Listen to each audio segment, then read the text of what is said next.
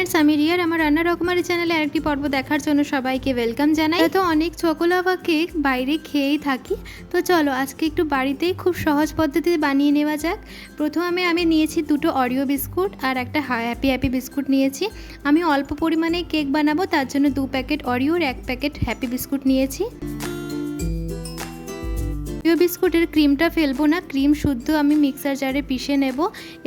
তার জন্য একটু ভালো করে একটু ছোট ছোট মানে বিস্কুটের ছোট ছোট গুঁড়ো গুঁড়ো করে নিচ্ছি। আর আমি মিক্সার জারের মধ্যে যে বিস্কুটগুলোকে গুঁড়ো গুঁড়ো করেছিলাম সেইগুলোকে পিষে নেব। আমি এর মধ্যেই দুধ চিনি একবারে দিয়ে দিচ্ছি, আলাদা করে আমি কোনো ব্যাটার বানাবো না।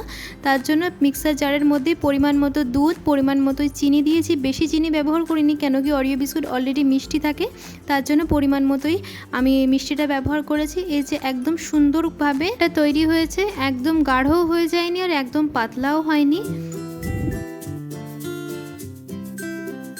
এতে ইনো ব্যবহার করছি, বেকিং সোডাও ব্যবহার করতে পারো। আমি সামান্য পরিমাণে ইনো দিয়ে করে চামচের সাহায্যে ভালো করে আমি ব্লেন্ড করে নেব।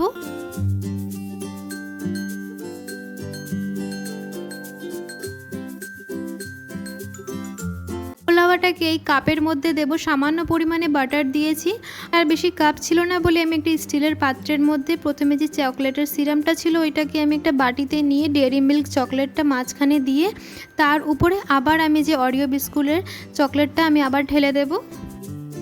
কড়াইতে 2 চামচ মতো নুন নিয়েছি, আর যে ভাতের যে স্ট্যান্ডগুলো হয় স্ট্যান্ডটাকে একটু বসিয়ে সামান্য গরম হয়ে গেলেই এবার কেকগুলোকে সব এক এক করে সুন্দর করে উপরে রেখে দিয়ে 30 থেকে 35 মিনিট ঢেকে রেখে দেবো।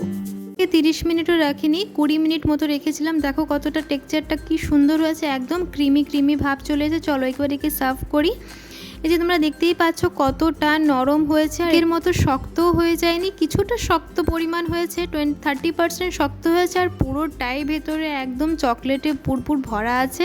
চকোলাভা কেক বাড়িতেও খুব ইজিভাবে বানিয়ে নিয়ে খেতে পারো। আমার এই সিম্পল রেসিপিটি যদি তোমাদের ভালো লেগে থাকে, যারা আমার রান্না রকমারি চ্যানেলে প্রথমবার ভিজিট করেছো তাদের কাছে অনুরোধ রইল আমার চ্যানেলটিকে সাবস্ক্রাইব করে আমার পাশে থাকার জন্য, আর পাশে থাকা বেল আইকনটাকে অবশ্যই প্রেস করে দেবে, যাতে আমি নতুন কোনো ভিডিও দিলে ফার্স্টে যেন নোটিফিকেশনটা তোমাদের কাছে যায়। তোমরা সবাই ভালো থেকো, সুস্থ থেকো, ধন্যবাদ।